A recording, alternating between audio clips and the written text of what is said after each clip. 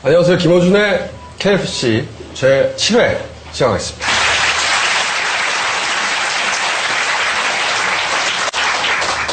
오늘은 김보엽 기자는 영국 유학 준비 관계로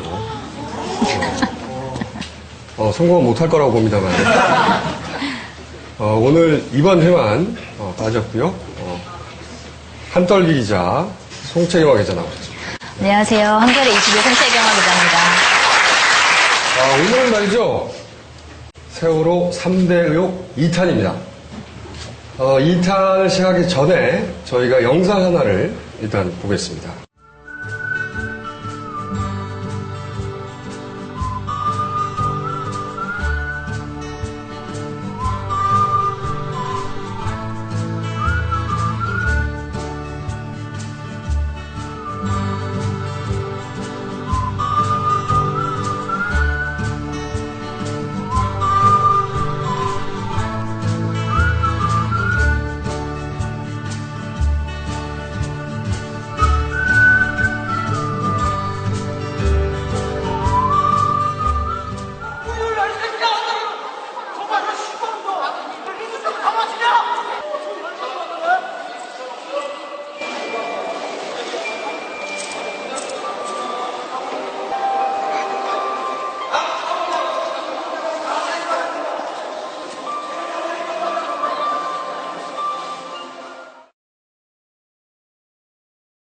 이 영상은 지금 민중의 소리에서 아마 지난주에 전국에서 가장 화제가 됐던 영상일 텐데, 박 대통령이 안산 가서 유가족들을 만나고 조문하고 돌아왔다. 관련해서 송채경화 기자가 좀 취재를 해봤어요. 네, 제가 직접 해당 할머니를 취재하거나 그런 건 아니고요. 그 논란이 어떻게 전개되고 있고 결과적으로 어떻게 지금 되고 있는지에 대해서 좀 취재를 해봤는데, 일단 그 할머니가 청와대에서 섭외를 한 사람이라거나 혹은 연출이라거나, 그러니까 이 부분이 어떻게 된 건지를 쭉 찾다 보니까 CBS 노컷뉴스에 이런 기사가 나왔어요. 그러니까 정부 관계자 멘트로 뭐라고 했었냐면, 미리 계획했던 건 아니지만 청와대 측이 당일 합동 분향소에서 눈에 띈 해당 노인에게 부탁을 한 것은 사실이다. 그리고 뭘 부탁했냐면 대통령이 조문할 때 대통령 가까이에서 뒷따를 하는 주문을 했다. 이런 기사가 CBS 노컷뉴스에 나왔었는데, 이후에 이제 다른 기자들 같은 경우에는 청와대가 절대 자기네들은 섭외한 게 아니고 연출이 아니다라고 계속 얘기를 해서 이제 그런 기자들만 계속 나왔는데, 그래서 노컷뉴스에서만 나온 게 이제 궁금해서 그 노컷뉴스 관계자랑 통화를 해봤어요. 실제로 이런 정부 관계자랑 통화를 하고 확인한 게 맞냐 그랬더니 그쪽에서는 맞다 이렇게 얘기를 했어요. 근데 물론 이제 애초부터 그 할머니를 어딘가에서 데려와서 연출을 한 것까지는 이제 여기서도 그것까지는 잘 모르겠지만, 현장에 있는 할머니한테 부탁을 한 건 사실이라는 얘기를 한 걸로 봐서 어느 정도는 그런 의도가 있지 않겠느냐라는 추측을 해볼 수도 있을 것 같습니다. 영상 중에 가장 인상적인 장면이 뭐냐면, 대통령이 정면을 보고 걸어가는데 사실 굉장히 시끄러워요. 허공을 응시하면서 걷죠. 그러다가 아무것도 아닌 자리에서 다시 돌아갑니다.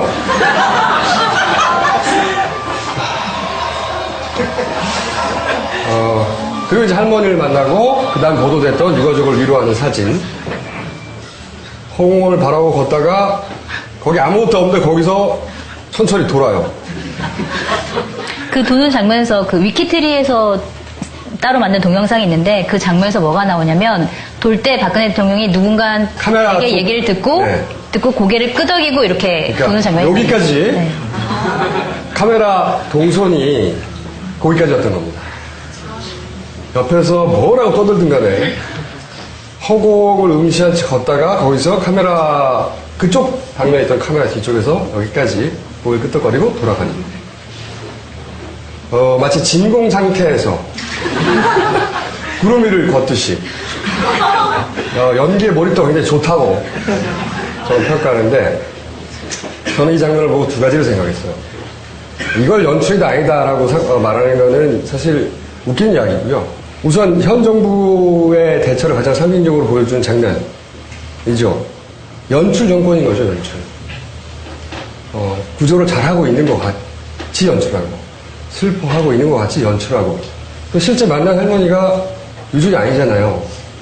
그러니까 빈소에 가서 상주를 위로하고 온 게 아니라 빈소에 가서 빈객을 위로하고 돌아온 거예요.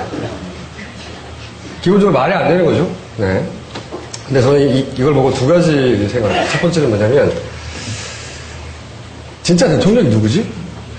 누가 이런 거를 다 기획하고 연출하고 이렇게 대응하라고 하고 있는 거지? 이게 첫 번째 생각이었고요. 우리 박 대통령은 그 연출 충실히 따랐을 뿐인 거죠. 그리고 두 번째로 제가 생각했던 건 뭐냐면, 이 기사의 댓글이 엄청나게 달립니다. 연출이라고 하는 쪽과 그걸 방어하고자 하는 알바들이 득실득실해요, 요즘. 그래서 무슨 생각이냐면, 기사의 댓글을 통해서 여론이 왜곡되고 침몰하고 있구나. 민간 알바사가 필요하다. 여론의 재난 현장 있잖아요, 우리가. 그리고 알바들을 보면서 우리는 화만 내고 있었어요, 그동안. 하지만 이제 우리도 민간 알바사를 우리끼리 모집해서 특정 댓글에 재난이 발생하고 있을 때 집중적으로 투입하여 여론을 구조해내는 그런 민간 알바사 센터를 설립해야 되겠다 생각했습니다.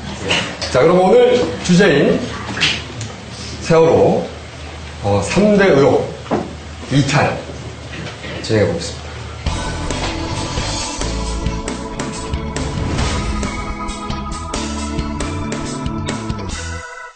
근데 광고를 했어야 되는데 광고를 꼭 해달라고 PD가 부탁을 했는데 이거 어떡하죠? 저희가 뜬금없긴 한데 이 방송이 계속되기 위해서는 이 제품을 언급해줘야 됩니다. 한번. 뭐죠, 제품명이? 아로니아진. 네. 많이 좀 드셔야 될 것 같아요. 여러분들. 건강에 좋대요. 많이 사드시면 될 것 같아요. 어쨌든 언급을 했다! 더 많은 광고 부탁드립니다. 여기까지 하고 이 부분 넘어가겠습니다. 진도 VTS 교신, 이제는 저는 조작이라고 부릅니다. 진도 VTS 얘기를 왜 자꾸 하느냐 벌써 여러 번 했는데, 사실은 여기서 초기 대응이 실패를 하고, 그죠? 그리고 여기서부터 은폐가 시작됐다. 그 이후 이어지는 우리가 이해할 수 없는 수많은 행동들은 첫 출발은 여기서부터 시작됐다 라고 생각하기 때문에, 이것이 처음엔 저는 이렇게 얘기했습니다. 정황적으로 이런 의혹이 있다. 진도 VTC에 진입해서 침몰하기까지 2시간이나 있었는데 한 번도 교신을 하지 않았다. 말이 안 되지 않느냐, 정황적으로. 첫 번째는 진입할 때, 두 번째는 이 배가 이례적으로 전속력으로 달릴 때, 세 번째는 갑자기 변침을 할 때, 이 세 번은 존재해야 된다고 제가 처음으로 의혹을 제기했고, 정황적으로. 두 번째는 기술적인 의혹들. 이 부분들은 KBS, YTN, SBS에서 쭉 보도를 했어요. 제가 아니라. 그 내용에 요약을 해드렸죠. 같은 소리가 반복이 된다. 그리고 36곳 삭제됐다. 그리고 메아리, 에코가 있는데 원음이 있기 전에 에코가 나온다. 야호! 하지 않았는데 에코부터 나오다는 거죠. 말이 안 되는 거죠. 그리고 VHF는 FM 방송 음질이다 라고 하는 관제사의 이야기. 그리고 채널은 이렇게 섞이지 않는다. 왜냐하면 동시에 자신들을 부른다 하더라도 대기를 시켜서 각각, 안 그러면 동시에 똑같은 채널로 여러 배가 부르면 당연히 안 되잖아요. 채널도 막 섞여 있다고 그러고. 여기까지 얘기했습니다. 그리고 한 가지 더 얘기했죠. 왜 16번을 사용하지 않았는가? 제가 지난 시간에 얘기했던 핵심은 사용을 하지 않은 게 아니라, 원래 그간의 언론 보도는 16번을 사용하면 주변 배들이 다 들을 수 있기 때문에 사고 내용을 알 수 있기 때문에 안 했을 것이다. 이런 이야기가 정설처럼 유통됐으나, 그러나 생각해보면 주변 배는 그렇다고 치더라도 12번 제주도하고 교신했단 말이죠. 그렇죠? 제주도하고 교신했다면 사고를 숨길 수는 없는 거예요, 이미. 그래서 발상을 좀 달래보자. 사용하지 않은 게 아니라 사용할 필요가 없었다.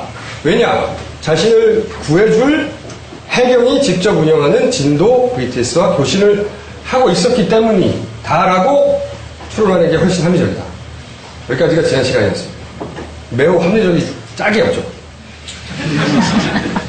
자, 오늘 이야기는 첫 번째, VHF의 잡음, 엄청난 잡음이 나와요. 진도와 세월호가 교신하는 내용을 잠깐 들어보세요.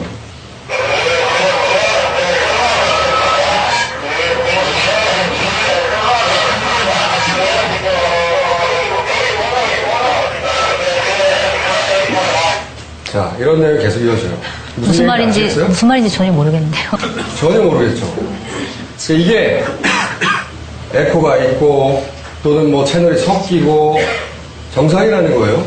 그래서 관제사들 이걸 들은 다른 관제사들은 이러면 어떻게 관제를 하느냐. 무슨 내용인지 모르겠는데 그런 의혹을 얘기했었죠. 그런데 진도 BTS 등 관제센터 사진들을 보신 적이 있을 거예요. 그 테이블 위를 확대하면 이런 게 보입니다. 이런 장비가. 이거를 VHF 텔레폰이라고 불러요. 무전기인데 간단하게 말하면. 그런데 이 관제센터에서 계속 얘기를 해야 되니까 채널을 바꿀 수 있는 장비를 만들어서 마치 텔레폰처럼 전화기처럼 만든 거예요. 그냥 요 앞에서 마이크를 들거나 전화기를 들고 교신을 하는 겁니다. 그래서 텔레폰처럼 생겼다고 VHF 텔레폰이라고 불러요. 이런 장비가 실제 쓰였습니다. 진도에서. 이렇게 생긴 장비예요. 이 장비를 만든 업체도 알았어요. 자, 그러면 그런 장비가 소리를 얘기하면 그 소리가 선을 따라서 VHF에 송수신을 하는 장비. 요 장비입니다. 요 똑같은 장비예요. 장비가 어딘지 알았다니까. 요 장비를 통해 소리를 받거나 송신하거나 수신하는 거죠. 그죠? 그리고 이 초단파는 직진합니다. 그러니까 바다에서 높은 곳에 있을수록 멀리 도달하겠죠. 그래서 보통 안테나를 높이 세워요. 중계소에. 이 중계소에 쓰이는 장비예요. 밑에 거는. 이런 장비들을 사용해요. 어떻게 연결하느냐. 왼쪽에 관제센터에서 마이크들이 얘기를 합니다.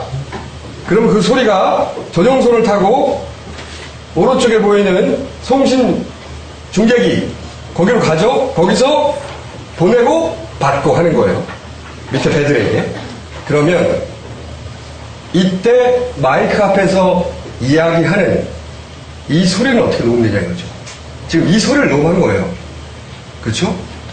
이 소리가 결국은 VLR이라고 하는 장비에 저장이 됩니다. 어떻게? 제가 하도 협조를 안 해줘서 다른 나라의 관제센터에 설계 도면들을 구해서 열심히 봤어요. 어떻게 연결하는지. 시스템에 직접 연결해요. 무슨 얘기냐?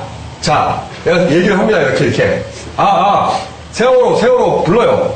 그럼 이 소리는 전용선을 타고 송신탄에서 송신기를 통해 날아가겠죠. 그죠? 하지만 내가 말하는 소리는 내가 있는 이 관제센터의 시스템에 저장이 된다고. 간단하게 말하면 이런 겁니다. 이 소리를 바다 한가운데서 잡은 게 아니라고. 관제사가 세월호 부를 때 그거를 바다 한가운데에서 관제센터하고 배가 주고받는 걸 무소를 중간에서 잡은 게 아니에요, 이게. 내가 관제센터에서 말하는 걸 그냥 잡은 거라고. 내가 전화기로 전화를 하면 내 목소리는 내 전화기로 녹음하면 깨끗하게 잡히잖아요. 그쵸? 그리고 상대방은 잘 안 들릴 수도 있죠. 내 전화기로 녹음하면. 바로 그런 원리예요. 이 관제센터에서 녹음했기 때문에 깨끗해야 돼. 상대방 소리는 시끄러울 수 있어요. 하지만 자기 소리는 깨끗해야 됩니다. 여기에 들어갈 수 있는 소리는 예를 들어서 왜 우리가 노래방 가가지고 무선 마이크를 딱 키면 윙 하는 소리 갑자기 날 때 있잖아요. 마이크가 스피커 너무 가까우면 지금 그렇죠. 이게 하울링이에요. 하울링. 그리고 어떨 때 노래방에서 똑같은 소리가 울리죠. 이렇게. 그렇죠? 그게 에코예요. 이런 소리가 들어갈 수는 있어요. 근데 우리가 들은 소리 그게 아니잖아. 으지지지지지 하는 거잖아요. 처음부터 끝까지 다. 무슨 소리인지 알아들을 수 없을 정도로. 다시 잠깐 들어보실까요? 그래서 제가 우리나라 관제센터에서 녹취판을 안 주길래 미국 해양경비래. 이 관제 시스템은 전 세계가 똑같아요, 거의. 장비가 조금씩 다를 뿐이지 원래는 다 똑같습니다. 거기서 사고가 나서 자기들끼리 교신하는 거를 담아놓겠습니다. 자, 들어보세요. 노던벨이라는 배가 알래스카에서 조난당해서 지금 태양 경비대를 부른 거예요.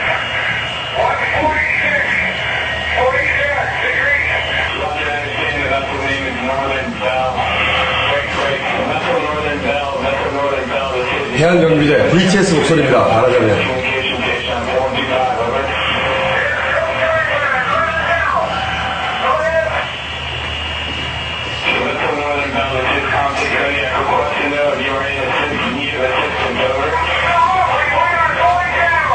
사실 이렇게 미국 해양경비대에서 사고 사례로 내놓은 메이데이 녹취 파일이 많아요.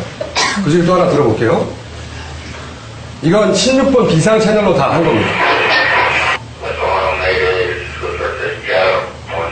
이거는 해양경비대가 하는 얘기예요. 졸라 깨끗하죠? 여기서 배에서 하는 얘기입니다.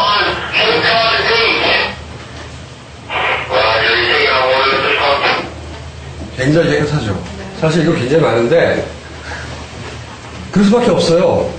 자기 마이크를 타고 들어온 소리를 결국 마이크에서 직접 뽑을 수도 있고 아니면 송수신 장치까지 가서 거기서 옥수 단자를 뽑을 수도 있고 결국은 똑같습니다. 그냥 자기 시스템 안에 있는 목소리를 녹음한 거예요. 이런 작업이 있을 수가 없는 겁니다. 절대로. 마치 바다 한가운데서 양쪽에서 오고 가는 걸 잡아가지고 녹음했듯이 아마 이걸 편집한 사람이 이걸 생각 못한 것 같아요. 무선이니까 마구 작업을 섞어도 되겠지. 그래서 이 사실을 확인하려고 관제센터한테 전화를 했는데 다 말해줄 수가 없어요. 왜? 시스템을 설계한 사람이 아니니까. 설비 담당자를 찾기 시작했어요, 우리가. 설비 담당자한테 물어봐도 다 얘기를 안 해. 처음에는 이렇게 얘기합니다. 무전기 앞에서, 무전기 스피커 앞에서 녹음한 거라고. 말이 안 되죠? 그래서 이렇게 따져서, 아니, 시스템 설계상 전용선을 타고 중계기로 가서, 거기에 송수신기 옥수단자 뽑아가지고 전용선 다시 타고 가서 VLR에 저장한 거 아니냐? 그때부터?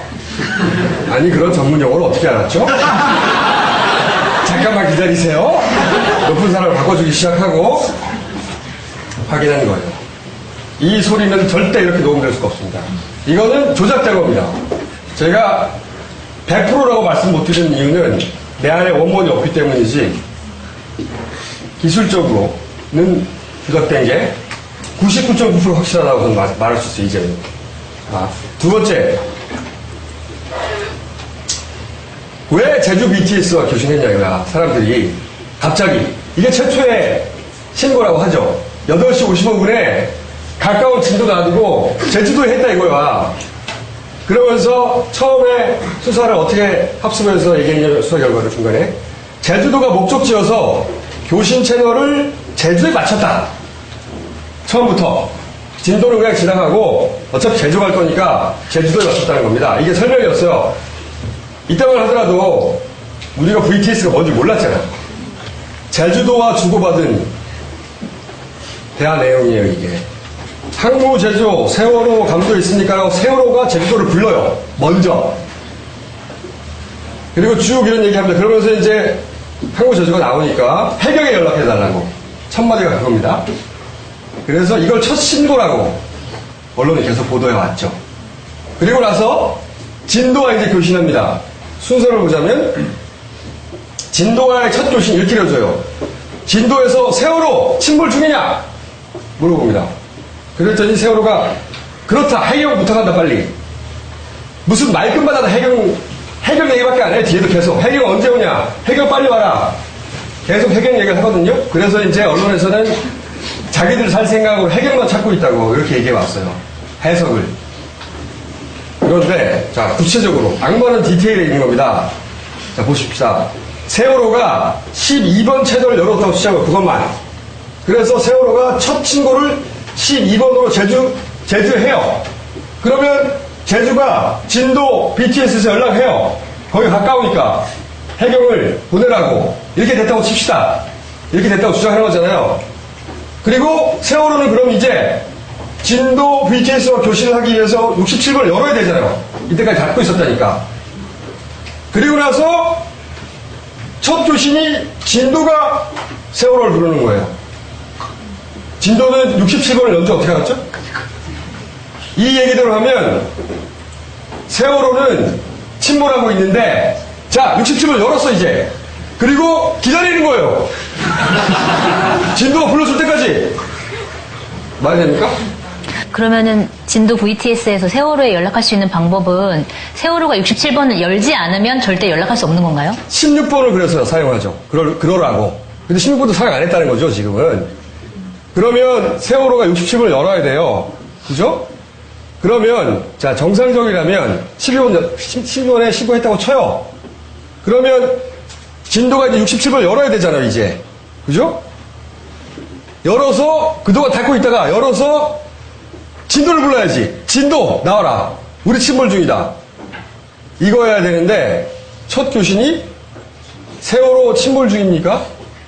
그러니까, 세월호에서는 그걸 열어놓고, 자, 진도가 날 불러야 될 텐데? 기다리고 있었다는 거죠. 그냥, 불러줄 때까지. 적어도 그때 열었다 하더라도, 정상적인 교신이라고 한다면, 이 앞에 세월호가 진도를 먼저 불러야죠. 진도가 나오라고. 아무리 잘 봐줘도 이 앞에 교신이 있어야 되는 겁니다. 그렇죠? 앞에 그 하나만 편집됐는지 얼마나 편집됐는지 모르겠는데 이 앞에 교신이 있어야 정상이에요. 근데 실제로 이번에 그 새정치연합 한 의원이 공개한 자료에 의하면 세월호가 한두 번 왔다 갔다 한 게 아니잖아요. 진도 지역을. 근데 그럴 때마다 그러면은 과연 그 관행이라는 이유로 진도 VTS에 연락을 하지 않았냐, 이제까지도 안 해왔냐라고 얘기를 했는데 이제 그 전까지는 진도와 교신한 기록이 있다라는 자료가 밝혀지기도 했거든요. 그것이 이제 지난번에 제가 2개월 동안 보관되니까 일주일에 3번씩 돌아다녔으니 25번의 교신 기록이 있을 테니까 다 뒤져봐라. 있을 거다. 있었다는 얘기죠. 네, 있었다는 얘기입니다. 그 의원에게 잘했다고 전해주시고요. 자, 이것도 말이 안 되는 거죠. 내가 기껏 침몰해서 저 멀리 있는 제주도까지 불렀어요. 그런데 이제는 진도와 열어놓고 나서 진도가 불러줄 때까지 가만히 기다리는 거예요. 말이 안 되는 겁니다. 이 앞에 불렀어야 되는 거예요, 진도를. 지금은 진도가 세월을 먼저 부르는 것처럼 돼 있어요. 말이 안 되죠? 그래서 이제 합쳐서 제주도와 왜 연락했냐? 계속 왜 해경만 찾느냐? 실제 가장 가까이 있던 둘라 에이스라고 하는 배의 선장은 JTBC에 가서 인터뷰에서 이런 얘기도 합니다. 이분은 16번으로 통화를 했어요. 거기서. 둘이서. 가장 가까운 배가. 그런데 왜 자꾸 해경만 요청하는 자기도 의아하다고. 이런 얘기도 하거든요. 그러니까 해경만 내일 찾아요. 그 앞에 얘기는 다 끝났다는 얘기죠. 이걸 기반으로 재구성을 한다면 제주도를 부른 이유는 그 전까지 진도와 교신을 하고 있었다. 그런데 진도의 대응이 제가 알 수 없는 이유로 늦은 겁니다. 지난 시간에 7시 40분쯤에 이미 배가 기울었다고 하는 일지를 작성한 선원의 이야기를 했죠. 7시 40분부터 이 신고하는 8시 55분 제주도와 교신 사이에 진도하고 교신하고 있었다. 그리고 해경이 오길 이미 기다리고 있었다는 거죠. 그런데 생각만큼 빨리 안 오는 거예요. 왜 안 오는 거냐고. 빨리 구출은 돼야 되는데 해경이 왜 안 오냐고 계속 묻는 겁니다. 그러다 답답해서 제주도 연락한 겁니다. 제주도는 80km 떨어져 있어요. 거기서는 배를 보내봐야 3시간, 4시간 걸려요. 제주도에 있는 해경을 보내달라는 얘기가 아니죠. 어차피 진도에 있는 해경이 출발해야 돼요. 그러면 진도에 연락하죠. 당연히. 뭐하러 거기다 연락합니까? 말이 안 되는 거지. 진도하고 교신하고 있었는데 초기 대응이 이유를 알 수 없으나 그 사이에 늦었고 그래서 해경하고 연락될 때는 BTS니까 관제센터니까 제주도에 있는 관제센터하고도 연락을 시도한 겁니다. 아마 제주도하고의 관제센터의 연결 시도는 그 이전에도 있었을 거라고 생각해요. 왜 이런 생각을 하냐면 이 VHF의 교신 거리가 그렇게 멀지가 않아요. 운이 좋아야 단단합니다. 운이 좋아야. 보통은 5, 60km 정도고 지금 80km 넘잖아요. 평소에 잘 안 닿는답니다. 그러니까 여기저기 부르고 있었던 거예요. 그렇게 된 거다. 저는 그렇게 강력하게 추론하는 바입니다. 그럼 해경이 초기 대응을 잘 못했기 때문에 그걸 숨겼다고 보시는 건가요? 간단하게 말하면 그렇죠. 간단하게 말하면 그런데 왜 해경이 출발이 지금 정황상으로 늦었다고 보여지는데 늦었는지 저는 알 수가 없어요. 하지만 그 앞에 교신은 존재했고 그리고 생각만큼 해경이 빨리 달려오지 않자 계속해서 해경을 찾는 겁니다. 통화할 때마다 교신이 될 때마다 제주도에도 해경 빨리 오라는 얘기를 하고 근데 둘라 에이스 선장이랑 교신을 했다고 하는데 둘라 에이스 선장은 계속 그 진도 VTS에도 자기네들이 이제 지원하려고 기다리고 있다라는 얘기를 했고 아마 저기 세월호랑도 그런 얘기를 했을 텐데 세월호는 왜 이 사람들이 구조하는 거를에 대한 반응은 안 하고 해경만 찾는지 그 왜냐면 이유는 이미 있나요? 신고도 오래 이전에 됐고 해경이 달려오면 해경이 자기들을 구출해줄 거라고 생각하고 있었겠죠. 왜 빨리 안 오냐고. 이미 신고 절차가 1시간 이전에 끝났고 이제 오기만 하면 된다고 생각하는데 생각보다 늦게 오니까 점점 배는 기울고 그 유조선이거든요. 둘라이스가 유조선보다 해경이 당연히 장비를 가지고 몰려와서 자신을 구해줄 거라고 생각하는 게 상식적인 그 상황에서 판단이겠죠. 그래서 왜 안 오냐고 그걸 물었을 것이다. 이렇게 추정하는 게 앞뒤가 맞죠. 그러면 진도 BTS 관련해서 말이 안 되는 지점 사라지는 거예요. 그리고 잠깐 넘어갔는데 진도 BTS는 그렇게 잡음이 심하다고 하는데 자 제주하고 한 건 깨끗합니다.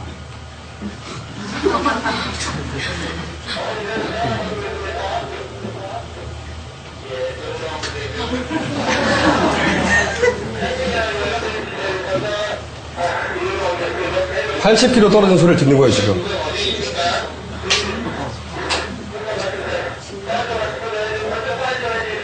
이건 세월호고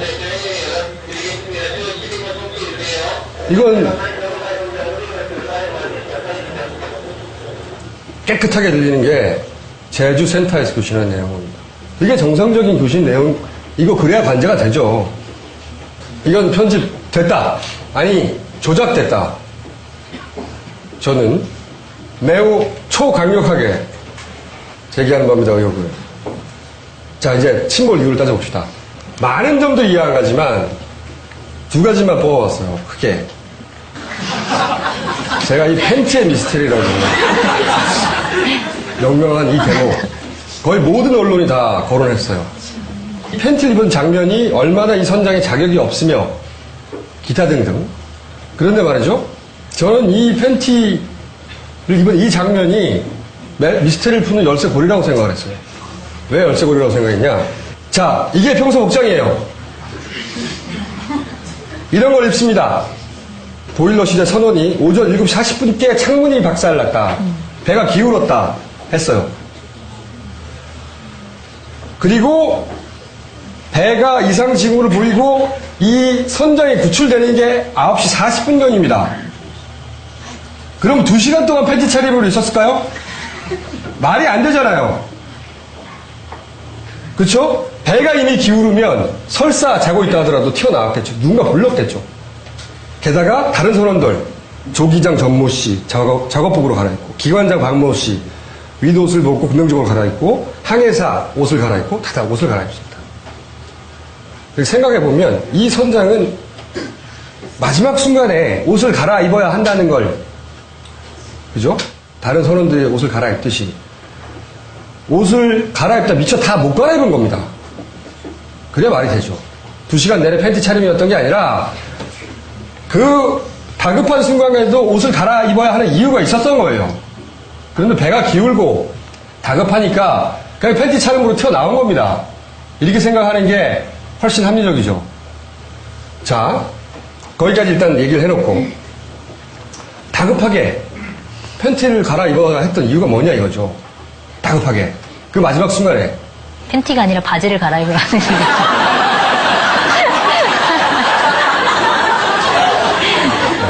상당히 예리했고요. 팬티조차 갈아입으려고 했을지도 몰라요. 자, 이걸 보고 이제 선장에 대한 온갖 국민적 비난을 쏟아내는 하나의 상징적인 사진으로 사용했는데, 조금만 앞뒤를 생각해보면, 왜 마지막 순간 이렇게 갈아입었어야 했을까? 일각에서는 이런 얘기도 합니다. 그래야 선원인 줄 모르고 먼저 구출할 거다.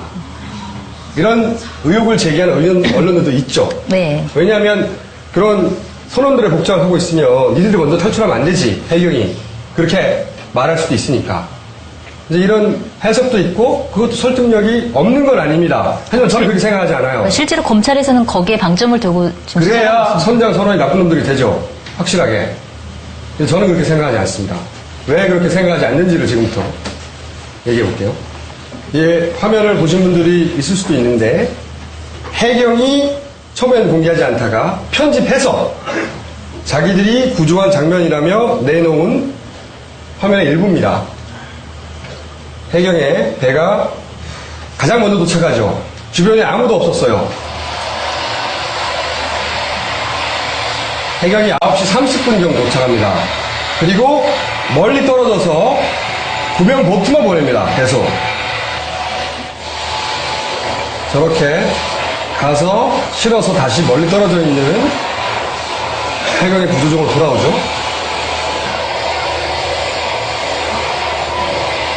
배는 절대 구조종은 당황하지 않습니다. 나중에 설명하기를 배가 넘어지면 그 속에 자기들이 빨려 들어갈 수 있으니까 이런 식으로 설명을 했어요. 그래서 이렇게 보내요. 그래서 그러다가 배가 딱 한 번 직접 구조종이 배로 가까이 갑니다. 딱 한 번. 위험하다며 고무보트만 보내다가 직접 구조종을 몰고 딱 한 번 가요. 그때 선장들과 선원들이 구출되는 겁니다. 그때. 저기서는 일반 승객은 아무도 나오지 않습니다. 그리고 앞쪽에 있는 유리창을 깨려고 노력하죠.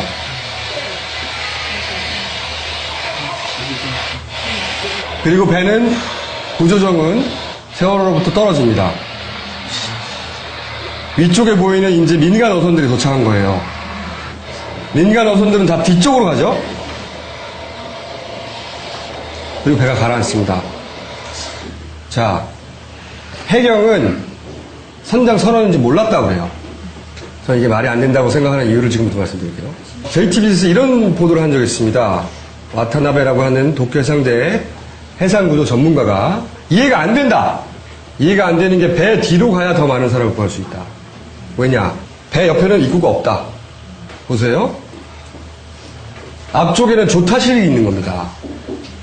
모든 선원과 선장이 조타실에 모여 있다고 나왔다고 했어요. 요 맨 위에 배를 조종하는 조타실에서 내려온 거예요, 그게. 여기는 승객이 갈 수 있는 곳이 아니에요.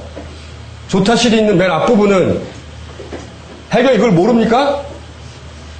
거긴 승객이 없어요. 누가 승객이 조타실에 들어가 있습니까? 그러니까 조타실에 나오는 사람들을 일반 승객인 줄 알았다고 하는 건 말이 안 되는 거예요. 그리고 민간 어업 지도선이나 어선들은 다 선비로 달려왔어요. 당연합니다. 글로 가야 승객들로 들어가는 입구가 있고 객실로 들어가는. 보세요. 이거는 어업 지도선, 민간의 어업 지도선 헬멧이 있지 않습니까? 그 사람들 헬멧 쓰고 있거든요. 그 헬멧에 카메라가 달려있어요. 그 카메라에 찍힌 거예요. 보세요. 이분들은 40분이나 지나서 도착해요. 해경보다 늦게. 이 사람들 일로 갑니다. 다.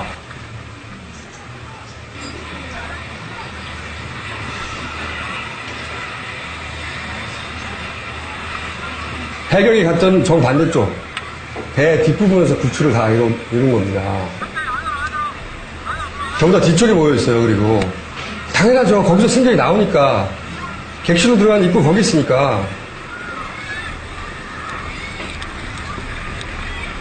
어선들이 이거 다 뒤쪽에 있어요. 다.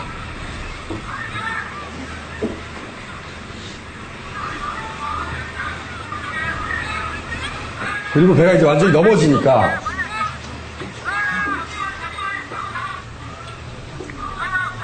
여기 해경은 없어요.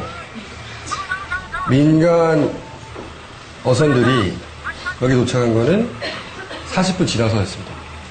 아까 처음 9시 반에 맨 먼저 해경 구조정이 도착을 했고, 그리고 40분 지나서 어업지도선이 도착을 했어요.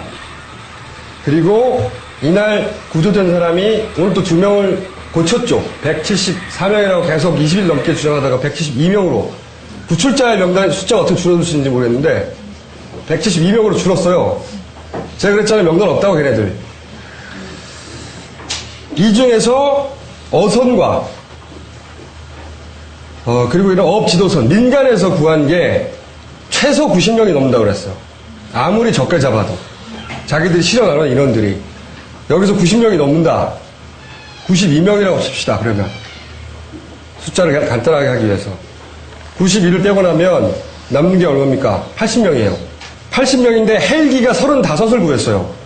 그리고 선원이 그 중에 그럼 남는 게 얼마냐? 이제 45명. 그 중에 선원이 20명이에요. 해경이 40분 먼저 도착해서 평화로울 때 구출한 인원은 승객은 25명이라는 얘기예요. 25명. 그런데 민간에서 어선들이 또는 어업지도선들이 구출한 시간은 11분이에요. 11분 동안 90명이 넘게 구한 겁니다. 자, 정리를 해보자면 먼저 도착했는데 해경은 멀리서 보다가 선수 쪽으로 가서 직접 배를 대고 유일하게 선장과 선원을 일반 승객이 들어갈 수 없는 조타실로부터 구했습니다. 그리고 그 조타실에서 구한 사람은 선장과 선원 배와 직접 관련된 사람을 제외하고는 없어요. 없을 수밖에 없죠. 왜냐하면 조타실에 선장과 선원들이 모여 있다가 아무한테도 알리지 않고 자기들이 나왔거든요. 거기서 구했으면 당연히 다 배와 관련된 사람이죠. 근데 어떻게 몰라요? 해경이. 그리고 거기만 왜 직접 가서 배를 댔죠? 그리고 왜 그때 다급하게 마지막 순간에 옷을 갈아입었냐고요? 배가 도착했으니 조치를 했을 거 아닙니까? 도착했냐? 그 내용은 이 교신 기록에 없어요. 해경은 이런 큰 배는 비상연락망 전화번호를 가지고 있어요. 선장한테 전화하거나 1등 항해사한테 전화했겠죠. 그러면 밖에 해경 배가 와 있는데 그 조타실에 있는 사람하고 통화를 한 번도 안 했을까요?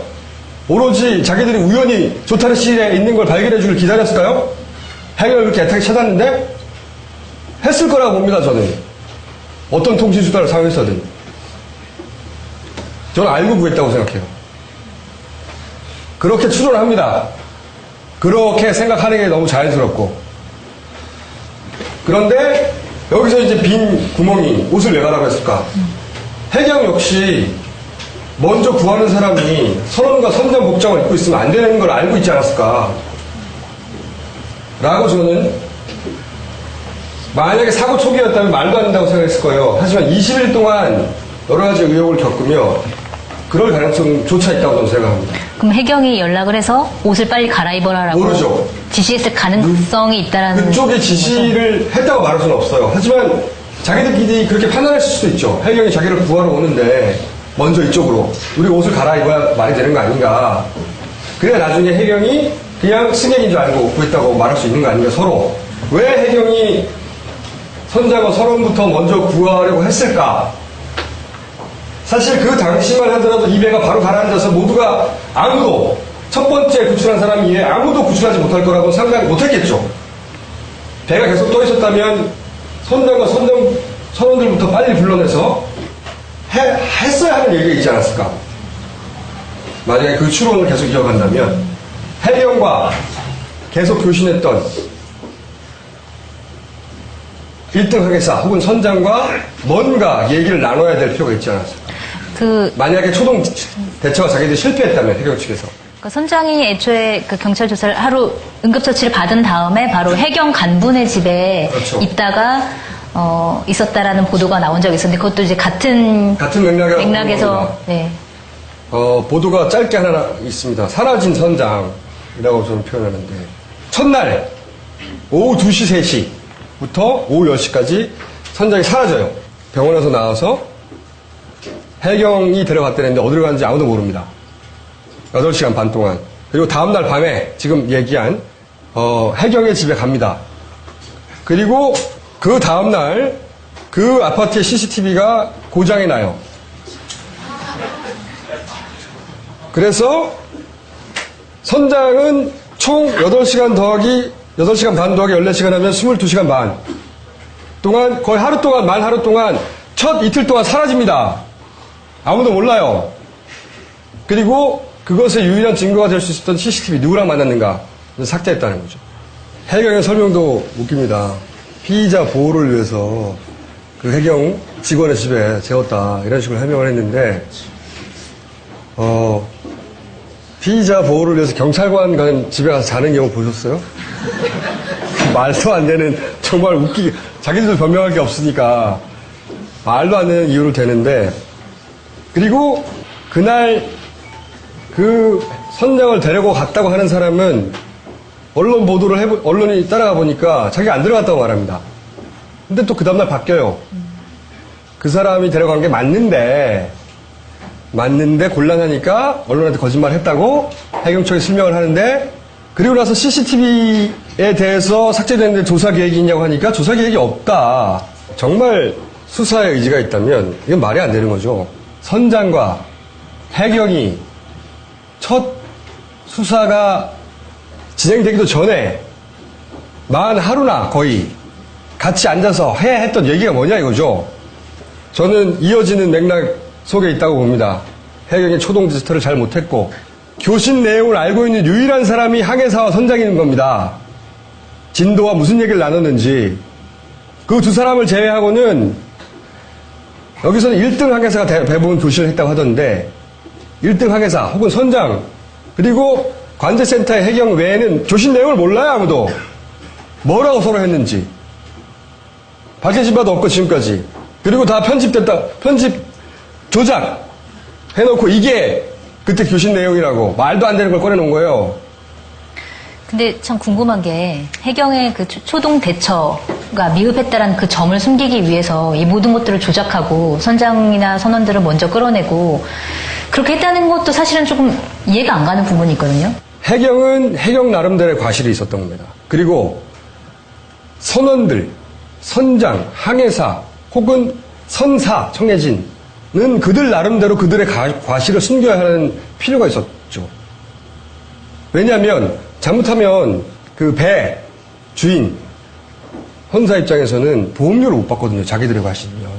자기들도 자기들이 숨겨야 되는 이유가 있고 해경도 해경 나름대로 숨겨야 되는 이유들이 존재해서 초반엔 공범이 되지 않았을까. 각자의 과실 때문에 라고 저는 의심하는 거죠. 그러니까 실제로 그 청해진 그 선사와 그 선장 간의 통신 내용이 8차례 정도 있었고, 그 다음에 그 물량을 얼마 정도 우리가 적재했는지를 물량을 속여서 뭐 서류를 조작하라고 했었다라는 그 보도가 나왔었는데, 이것도 여기에 그럼 포함돼가지고 같이 돌아가고 있었다라고 보는 거죠? 서로 자신의 과실을 숨기기에 해경도, 그리고 선사도, 선원도 각자 살아남기 위해 바빴을 것이다, 초반에. 그런 일들이 복합적으로 동시다발로 벌어지고 있었을 것이다. 추정하는 겁니다.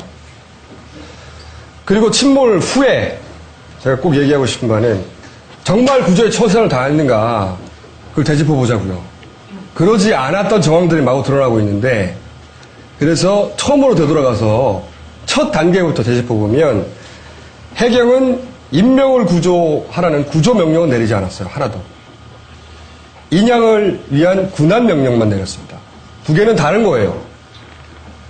배를 가라앉은 물건을 끌어올려다가 군안인 거 배뿐만 아니라 화물도 있겠죠. 그 안에. 사람을 구하는 구조 명령은 내리지 않았어요. 그러니까 배가 가라앉은 뒤에를 말씀하시는 거죠? 그렇죠. 직후에. 침몰 직후에. 3개의 군안 명령을 내렸는데 딱 그 3개가 내용이 뭐냐면 청해진에게 연락하는 것. 배 사고를 낸 이거 수습하라고. 두 번째가 언딘에게 출동하라는 거. 세 번째가 청해지. 청해지는 언딘의 바지선이 있던 곳입니다. 아직 검사가 끝나지 않은.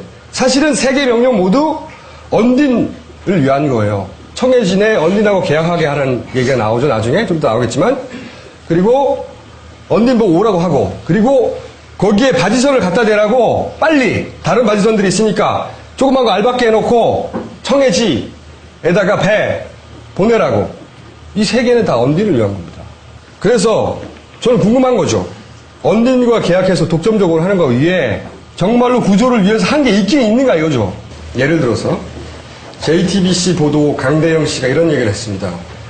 크레인들 왔으니까 배가 계속 떠 있을 수 있게 가라앉으니까 그거를 크레인을 써서 배를 묶어서 안정시킨 다음 작업을 할 수도 있었을 텐데 크레인 다 왔거든요? 크레인 한 번도 쓰지 않고 돌아갔어요. 그런데 저는 강대영 씨만 이런 얘기를 한 줄 알았어요.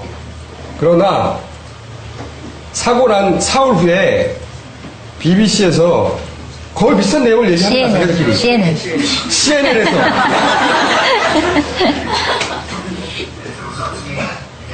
이 사람이 물어봅니다. 이 구조 전문가한테 당신은 어떻게 하겠냐고 배가 가라앉는데 그랬더니 이 사람이 앞뒤로 크레인을 걸고 고정시킨 다음에 자기 같으면 배 밑에서부터 용접을 해서 뚫고 들어가겠다고. 저 멀리 있는 나라에서도 이런 얘기들 막 하고 있었어요. 이 사람뿐만이 아니에요. 우리가 모든 옵션을 다 동원해서 구조에 여러 가지 방법들을 시도해 봤는가. 해경은 할 수 있는 방법을 다 했다고 계속 주장하는데 아니라는 겁니다. 근데 우리는 현장에 없었잖아요. 그래서 지금부터 저희가 세 사람의 인터뷰를 제가 어제 미리 했는데 첫 번째로는 첫날 바로 달려갔던 그리고 현장을 가장 가까이서 볼 수밖에 없었던 유가족 대표 유경근 씨와 통화 내용입니다. 들어보세요. 안녕하세요. 네, 안녕하십니까. 우선 선생님께서는 첫날 현장에 몇 시에 도착하셨습니까? 첫날 수요일 2시 20분에 진도체육관에 도착했습니다. 도착을 해서 저는 2시부터 4시 반까지 팽목과 진도를 차를 왔다 갔다 하면서 딸을 찾기 위해 다녔는데, 한 3시 반 정도까지 생존자들을 싣고 온 버스를 봤는데, 총 3대가 들어왔습니다. 네. 그 이후에 한 1시간 정도 아무 소식이 없더라고요. 네네. 그래서 다시 팽목으로 가서 이제 그쪽에 계신 분들한테 지금 어떻게 상황이 되고 있느냐 설명을 요구를 했죠. 네. 그러나 설명은 이제 한결같이 열심히 구조 작업 중이다. 몇 시간이 흘러도 아무런 결과가 없습니다.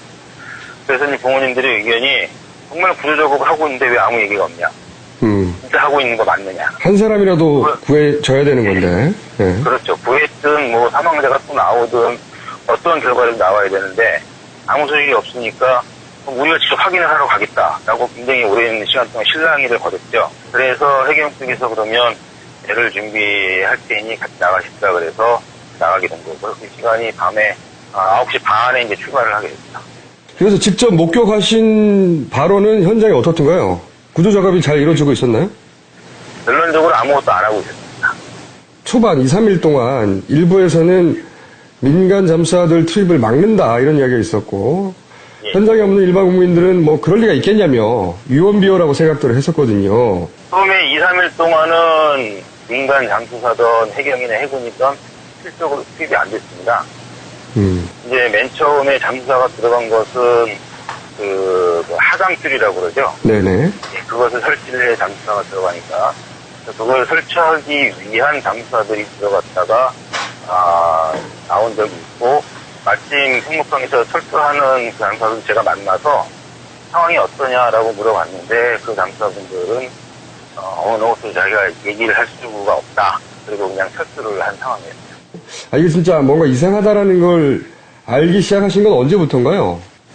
이상하다고 생각을 한 건 사실 처음부터고요. 특히 이제 그 다음날, 목요일날 밤에도 나가봤는데, 계속되는 해경의 그 설명은 기상 상황이 안 좋고, 뭐 조류가 빠르고, 파고가 높고, 이런 조건이 안 좋아서, 뭐 그런 제약이 많다고 했는데, 네. 그 첫날 수요일날 밤에 바다가 되게 잔잔했거든요. 그 다음날은 약간 파도가 있었습니다. 네. 그 금요일날은 조금 더 심했고요. 네. 근데 이제 금요일날은 실제로 잠수를 하기 시작을 했고. 오히려.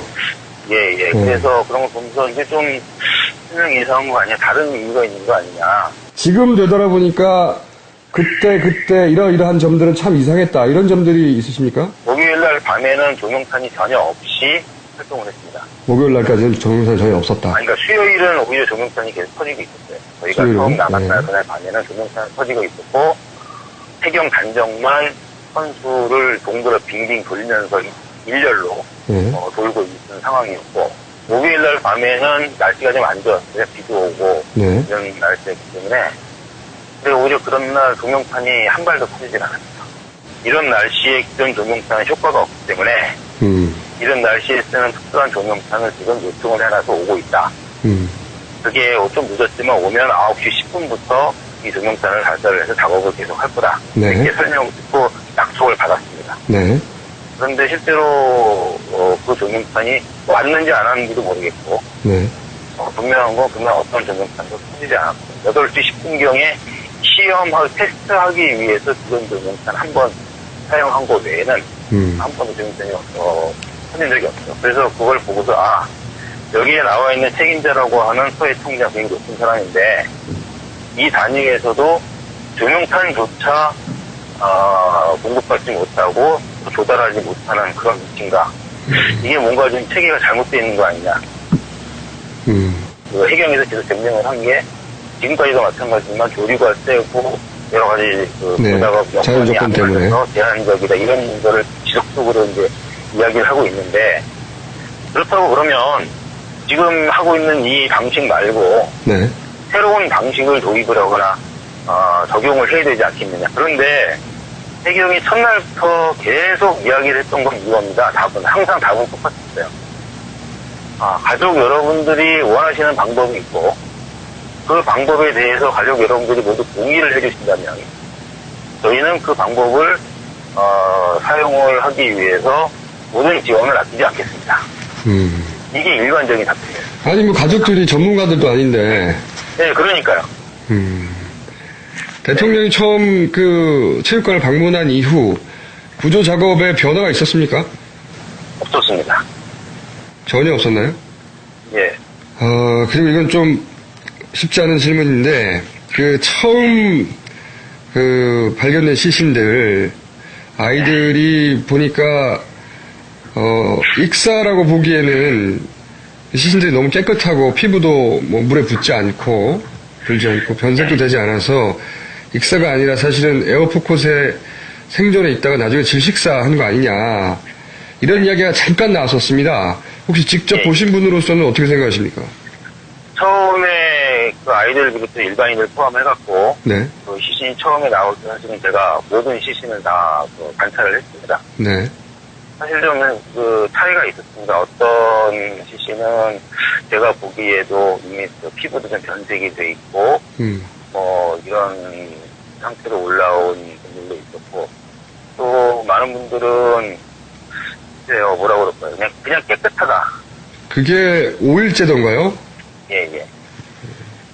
그런데 이제 그거 찍고 나서 제가 그 다음날 바다에 나갔을 때 그 어선 위에서 하룻밤을 묵었어요. 구조 현장 바로 옆에서 조명을 밝혀주는. 네.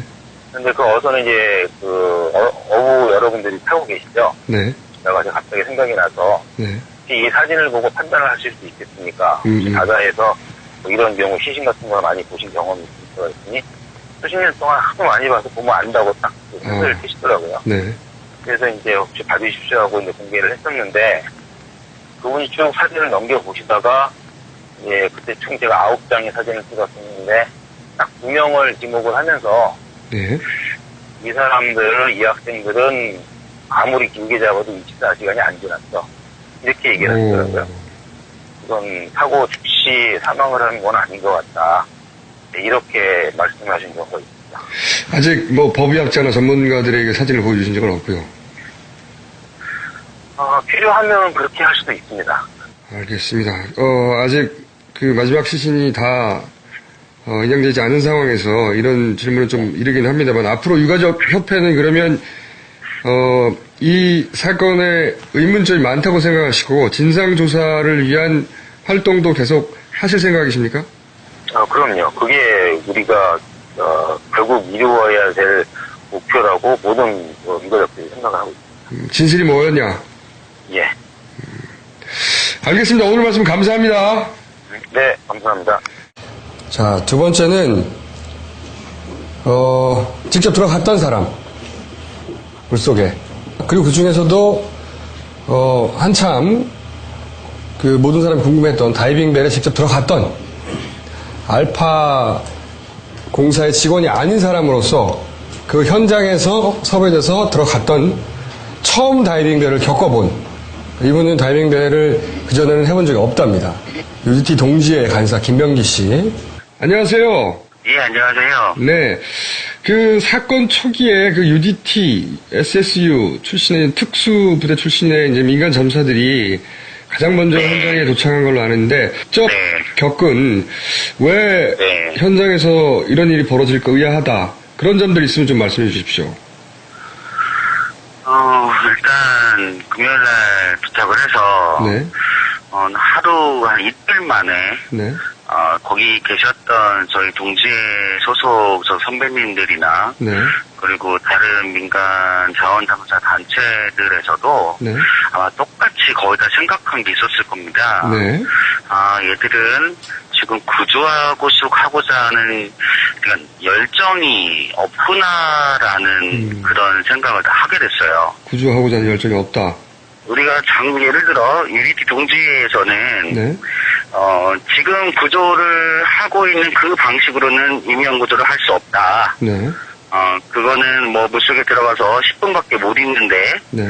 어떻게 구조를 하겠느냐. 네. 그래서 방법은 지금 하고 있는 국가 방식의 잠수법, 예, 그거밖에 없다. 예. 저희가 그 장비를 준비해왔고 그 장비를 사용하려면 바지선이 필요한데 네. 바지선도 우리가 준비를 해왔다. 초기에 달려갔던 UDT 동지회가 바지선을 직접 수배를 했습니까? 네네, 목포에 있었습니다. 네네네. 그리고 이제 그 초기에는 그 탱크통을 메고 들어가는 것은 너무 오래 있을 수 없으니까 그 일명 이제 언론에 보도되기로는 머구리라고 보도된 네네. 물 바깥에서 계속 공기를 공급해서 오랫동안 작업할 수 있는 방식, 그거를 해경에 제안을 했는데 역시 해경이 그걸 거부했다고요? 예, 무시를 했죠. 그렇게 무시를 하더니 월요일인가 되니까 어디선가 그 장비를 빌려와서 그 하는 사람들을 불러와서 하고 있잖아요. 그러면 저희 입장에서 무슨 생각이 들겠습니까? 우리가 처음부터 요청을 했을 때 우리를 투입하게 해줬으면 시간 2, 3일을 번 거 아닙니까? 네네. 그렇군요. 자, 그럼 제가 두 번째 파트를 질문 드리겠는데, 다이빙벨이라는 게 이제 조금씩 굉장히 논란이 됐습니다. 이정인 대표가, 지금 조류 때문에 문제라면 조류의 영향을 덜 받는 이런 다이빙벨을 투입하자. 그래서 처음에 갔다가 돌아오시기도 하고, 또 두 번째 갔다가도 투입하려고 하는데 여러 가지 조건이 안 맞아서, 뭐, 표현은 안 맞아서 그러지만, 그 상황을 또 들어보면은 현장에서 방해가 있었기 때문에 못했다가 다시 또 가고, 반복을 했어요. 결국은 이제 잠수를 하긴 했고, 그 다이빙벨에 타고 직접 잠수를 하신 걸로 알고 있는데요. 네.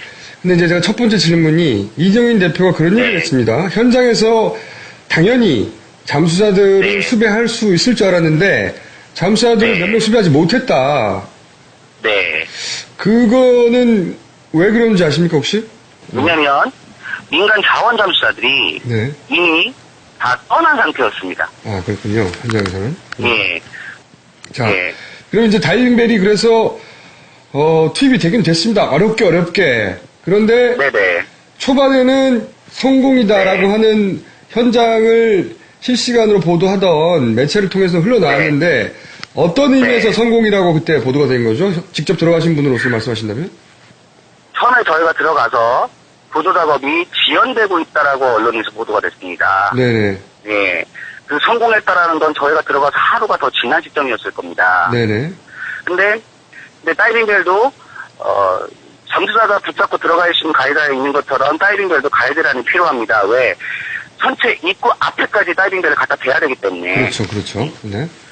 근데 처음에 언딘 관계자가 저희한테 항미가 EV다. 네. 라고 말씀을 해주셨고요. 네. 그 다음에 해경 측에서 브리핑할 때도 그 4층으로 들어가시는 항미 그 가이드라인이 EV다라고 똑같이 설명을 해줬습니다. 네. 근데 저희가 다이빙벨 가이드라인을 설치하기 위해서 2명씩 거기를 들어갔어요. 네. 근데 아무리 봐도 이게 그 세월호 도면 한민이 또 도면하고 맞지가 않는 거예요. 이상하다 계속 이런 생각을 하고 있었는데 일단 시야가 잘 안 나오니까 네네. 우리가 혹시 잘못 봤을 수도 있겠다. 그래서 그 SSU 제 중령이셨는데 그분을 좀 불렀어요. 네. 그래서 자 여기가 우리가 몇 번 시도했는데 이게 안 맞다. 이 부위가 맞느냐? 이러니까 요가 아니다. 아, 중령부는? 한미 부위는 저쪽 끝에 있는 거다. 이용해버리는 거죠. 그래가지고 저희가 하루를 그냥 낭비한 거예요. 자기들이 거기 현장을 장악하고 자기들이 내내 2주째 작업을 하고 있었는데 이 가이드라인이 선수인지 선민지 그걸 모른다는 거 말이 안 되지 않습니까? 말이 안 되는데, 네. 네. 그렇다고 저희가 딱, 뭐 중국 물증, 뭐 정황은 있지만 물증이 없기 때문에 저희가 딱 이렇다라고 말은 못 하잖아요. 어쨌든 첫날 그렇게 해서 투입이 안 됐고, 네. 그래서 다시 이제 위치를 잡아서 들어가서 다이빙벨을 내리기 시작했습니다. 위치를 안 잡았고요. 네. 작전을 바꿨죠. 아, 바꿨어요, 작전. 시간을 더 이상 지연은 할 수 없었기 때문에, 네. 그때 그냥 저희가 다이빙벨 가이드라인 설치한 데가 중간 지점이었어요. 계단이 있는 쪽. 아, 그러니까 한미가 아니라 중간 지점이었다는 거니까. 그러니까 중간에서 좀 뒤쪽으로. 네. 이종인 대표님께서 그냥 이쪽으로 작전을 살짝 변경해서 계단으로 이렇게 타고 들어가서 한번 해보자. 이래서 그냥 부랴부랴 다이빙벨을 해가지고 가다가 그날 사고가 공기호흡 호스가 터지는 사고가 발생을 했던 거였고요. 공기호흡 호스가 잘 터집니까? 아니요, 터지진 않는데, 네. 그러니까 저희가 다이빙에 있던 빠지선을 네. 정박을 딱 그냥 앵커를 박아서 정박을 시켰으면, 네. 파도나 너울에 대해서 조금 강할 수가 있었을 텐데, 네. 그 언딘 빠지선 때문에 앵커를 박아서 정박을 하기가 좀 힘든 상황? 그럼 뭐 언딘 바디션이 협조만 해줬으면 바로 붙여가지고 그러지 않게 안정적으로 내릴 수도 있었던 거 아닙니까? 협조만 제대로 했었으면 다이빙벨이 저 해역에 처음 온 날, 네. 네. 그때 이미 들어가서 작업을 하고 있었겠죠. 알겠습니다. 늦어졌고, 이제 우여곡절 끝에 네네. 내려가셨는데, 다이빙벨은 성공이었다라고 1차가 보도됐거든요. 성공을 했다는 거는 어떤 의미입니까? 저희는 잘 모르니까, 다이빙벨은. 성공을 했다라는 의미가 어떤 의미냐면, 네. 거기 있는 민간 자원잠수사들이 머구리 잠기 호가 방식의 잠수법을 이용을 해도, 네. 길어봐야 30분 작업할까요? 머구리 방식이라 하더라도. 못합니다. 예. 근데 저희는, 다이빙벨을 이용해서 총 1시간 55분을 아마 있었을 겁니다, 저희가. 감압하는 시간까지 해서. 그러니까 초기에 알려진 대로 탱크통을 탔으면 10분밖에 안 되고, 머구리 잠수 네. 장비를 사용하더라도 30밖에 안 되는데, 네. 다이빙벨을 사용했더니 연속으로 75분을 잠수할 네. 수 있었다는 거가 확인이 됐으니 사실은 이게 일찍 투입됐으면 훨씬 더 많은 사람이 오랜 시간 작업을 당연하죠. 해서 구출했을 것이다. 네. 그걸 증명했다는 의미에서 네. 성공했다고 이제 표현하신 거군요, 처음에. 네, 저희가 나오니까 5시, 새벽 5시 조금 전이더라고요. 네. 그때 다들 참 좋아했습니다. 이렇게 하면은, 여기 있는, 우리 학생들, 사람들을 빨리 구조할 수 있겠구나. 이 생각에 우리는 다 기뻐했었어요. 아, 그때 당시에. 거기에 타 있으니까 네. 전혀 흔들림이 없습니다. 뭐 조류의 이런 영향? 느낄 수가 없어요. 직접 해보시니까. 네, 그런 걸 전혀 느낄 수가 없어요. 그래서. 만약에 이내 빠지선이 잘 고정만 돼 있으면, 네. 이종인 대통령께서 처음에 20시간 연속 작업할 수 있다. 네. 그렇게 말씀하셨죠, 언론에서. 네. 그게 가능하다는 거죠. 잠수사들만 계속 물론, 바꿔주면. 네. 물론 한 명의 잠수사가 20시간 못 합니다. 네. 그런데 이제 결국 이종인 대표가 철수를 하게 됩니다. 철수를 하게 네네. 되고, 왜 이종인 네. 대표가 앞뒤 다 자르고, 네. 실패라고 하고, 네. 항구를 떠난 걸까요?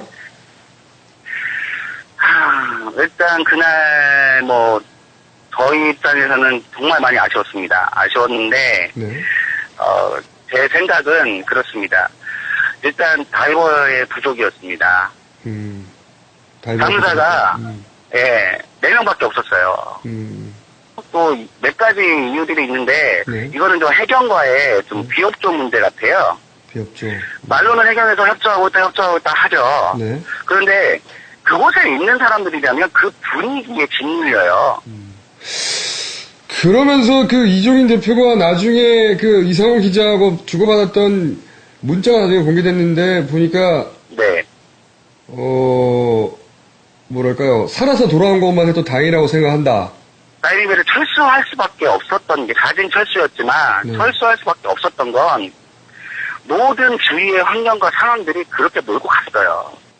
외국에 나가셨죠? 저뿐만이 아니라 거기 있던 모든 사람들이 심적인 그런 압박과 부담감, 저는 마음속에 어떤 그런 불안감, 그런 상처, 그런 분노, 이런 것들을 좀 내려놓고 싶어서 그냥 훌쩍 떠나온 겁니다. 그렇군요. 가장 먼저 스스로 부담을 안고 자비로 달려간 자원봉사자들이 현장 분위기 때문에 치료가 필요할 만큼의 압박을 받았다. 이렇게 말씀하시는 거군요, 지금. 네네. 알겠습니다. 오늘 말씀 감사합니다. 예, 감사합니다. 자, 마지막으로는 전문 구조 업체에게 물어봤어요. 들어볼게요. 네. 부사장님은 본인이 SSU 출신이신 걸로 아는데 맞습니까? 예, 맞습니다. 아, 본인이 전문가시군요. 예. 예, 저는 군 경력을 포함하면 네. 현재까지 딱 15년 종사하고 있습니다. 아, 15년째. 예. 이번 세월호 사고 정도면 굉장히 큰 해상 사고지 않습니까? 예, 무엇보다도 인명이 너무 큰 아픔을 많이 겪었기 때문에 네. 아주 큰, 예, 당연히 우리나라 역사상 큰 사건이라고 생각됩니다. 그런데 이제 천안함 인양 작업에도 직접 참여했었던 전문 업체이기 때문에 혹시 사고 초기에 해경으로부터 연락을 받지 않았을까 이런 생각을 저희들은 했었는데 연락을 받으신 적 있습니까? 예, 저희는 특별히 사고 초기에 특별히 연락받고 없었습니다. 예. 전혀 없으셨다. 우선 이런 대형 사고가 나면 관할 구역 내에 전문 업체에 먼저 연락한다 이렇게 들었는데 예, 보통 이런 인명 또는 특히나 이제 선박이 침몰 또는 자초되는 그런 어려운 상황이 발생이 되면 관할 해양 경찰이 소재되어 있는 네. 그게 당연히 시겠죠. 시나 군이든 어쨌든 그런 저희 행정구역 범위 내외에 등록이 되어 있는 그 주소를 두고 있는 선박 전문 업체들이 당연히 상호 연락을 하고 네. 서로 1년에 한 번 정도 조사를 하고 이렇게 해양 경찰에서 관리를 합니다. 아, 원래 관리를 하고 있다? 예, 원래 지금 이제 예를 들어 지금 이제 목포 해양 경찰서겠죠. 네. 목포도 시기 때문에 여러 업체가 많이 있는 걸로 알고 있고 저희랑 연락하는 업체도 몇 군데 있습니다. 어허. 그런 업체들이 혹시 연락을 받았다는 이야기 들어보셨습니까? 예, 안 그래도 전화가 와서 저희한테 여쭤보길래 당연히 저희는 그 부산이라서 멀어서 연락도 없었고 예, 그쪽 목포에 있는 업체들도 연락이 없어서 저희한테 이제 물어봤다고 본다는 그런 의미로 한 2번 정도 연락이 온 적은 있습니다. 그러니까 제 말은 목포 관할 구역 내에 업체들이 연락을 받았다는 얘기를 들어보셨나요, 그죠?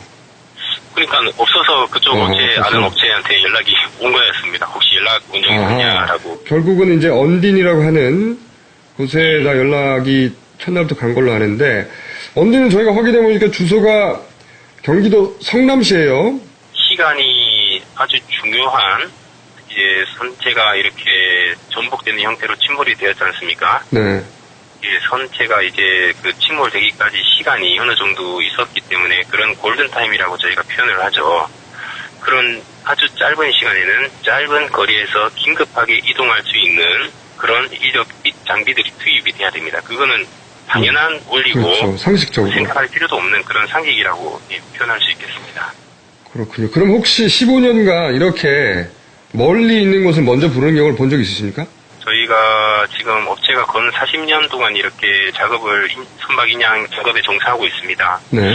저희가 자료들을 살펴본다 하더라도 이렇게 멀리 있는 소재에 있는 업체를 이렇게 긴급 군안 및 인명 구조와 관련돼서 투입 요청을 해서 이렇게 시간이 많이 지체되게끔 보인 거는 역사상 없는 것 같습니다.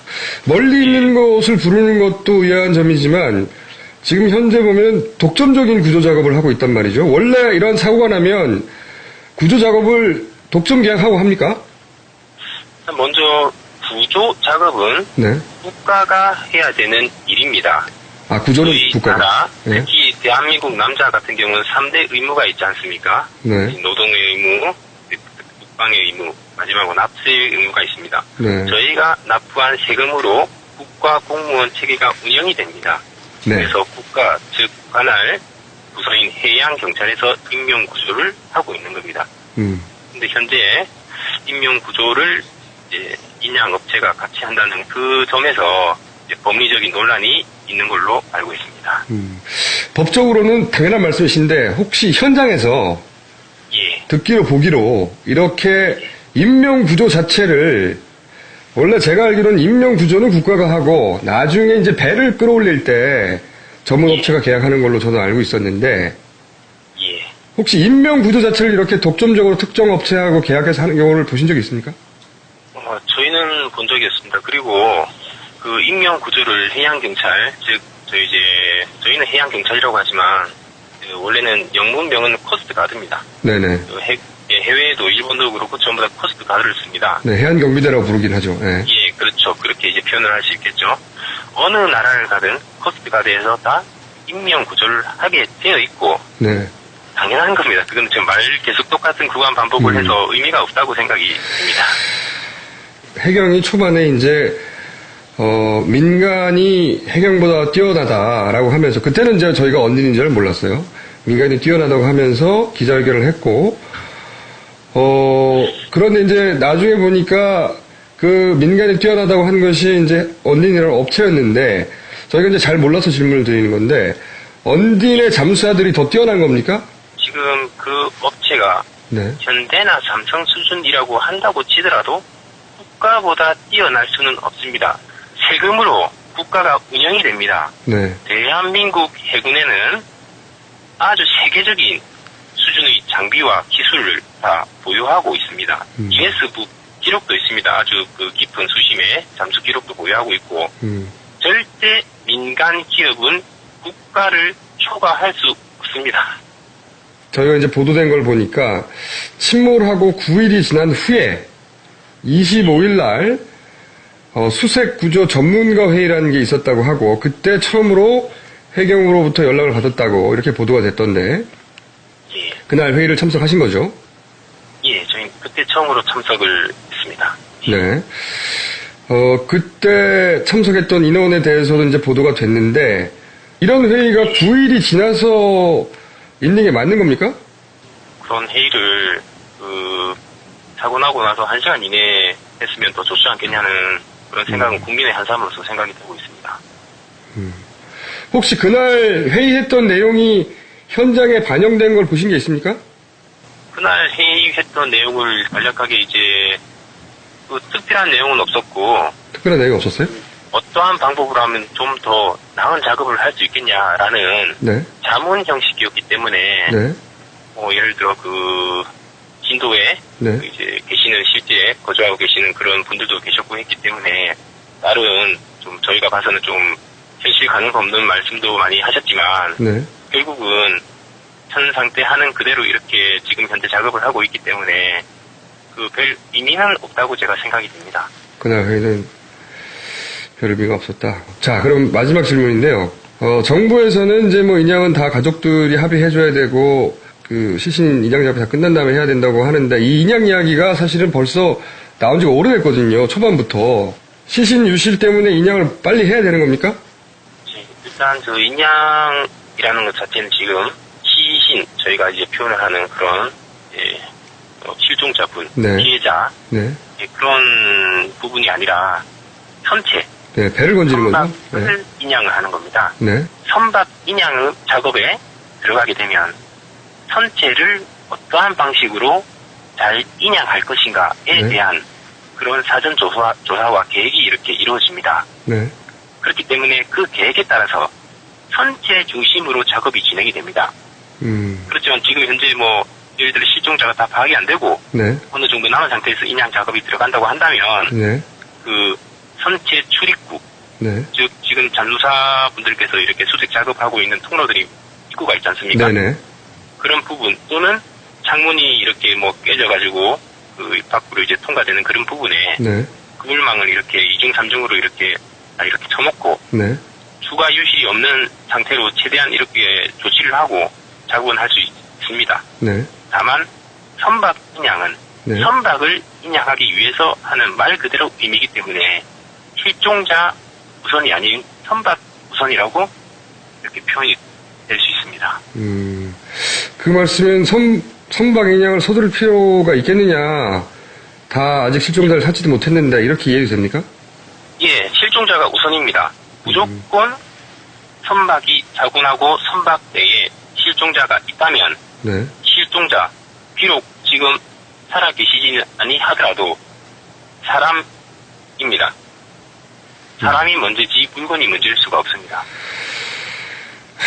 알겠습니다. 전문가로서 가장 이해가 안 간다 하시는 부분만 말씀해 주신다면 어떤 게 있습니까? 제가 지금 최고 안타까운 점은 해군 잠수 요원 출신으로서 말씀드리는 거는 저희 해남구조대 SSU 대원들은 강한 유속과 아주 특이한 기상 돌발 상황에 대비한 그런 훈련을 매번 반복하고 저체온을 극복할 수 있는 그런 냉해 극복 훈련도 하고 보통 사람과 다른 아주 특별한 훈련을 수료한 특별한 잠수 요원입니다. 그런 잠수 요원이 민간 다이버보다 뛰어나지 못하다라는 말씀을 한다면 그 말씀하신 그 분이 1년에 한 번 있는 SSU 정규 과정 훈련 1시간만 참가하면 쓰러질 거라고 저는 생각이 됩니다. 그런 분들이 먼저 참 왔는데도 그런 분들이 투입이 안 된 게 제가 안타까운 거군요. 현장 전문가를 직접 겪어보신 분으로서. 최고의 인력이 있는데 최고의 인력이 투입이 안 되고 그 최고의 인력보다 못한 인력이 우선시된다면 잘못된 거 아니겠습니까? 알겠습니다. 오늘 말씀 감사합니다. 예, 감사합니다. 해군은 첫날 6시에 투입되고 나서 6시 35분 이후로는 더 이상 투입이 안 됐어요. 그거를 밝혀낸 게 한겨레죠. 네. 그 국방부 자료에 의하면 해군 SSU와 UDT 대원 19명이 그 당일 갔었고, 그 다음에 하잠색을 설치를 했었고요. 그랬는데 해경이 그 상황을 통제를 하면서 해군은 이제 빠져라. 언딘 잠수부가 들어가야 되기 때문에 해군은 좀 비켜라. 여기서 우리가 할 수밖에 없는 질문은 왜 총력을 다하지 않았느냐. 지난 시간에 그 이후에 1단으로 독점적인 구조 활동을 하고 있는 업체가 가장 우선시하는 게 이것이 회사의 이익 때문에 다른 많은 것들이 이루어지지 않았을까.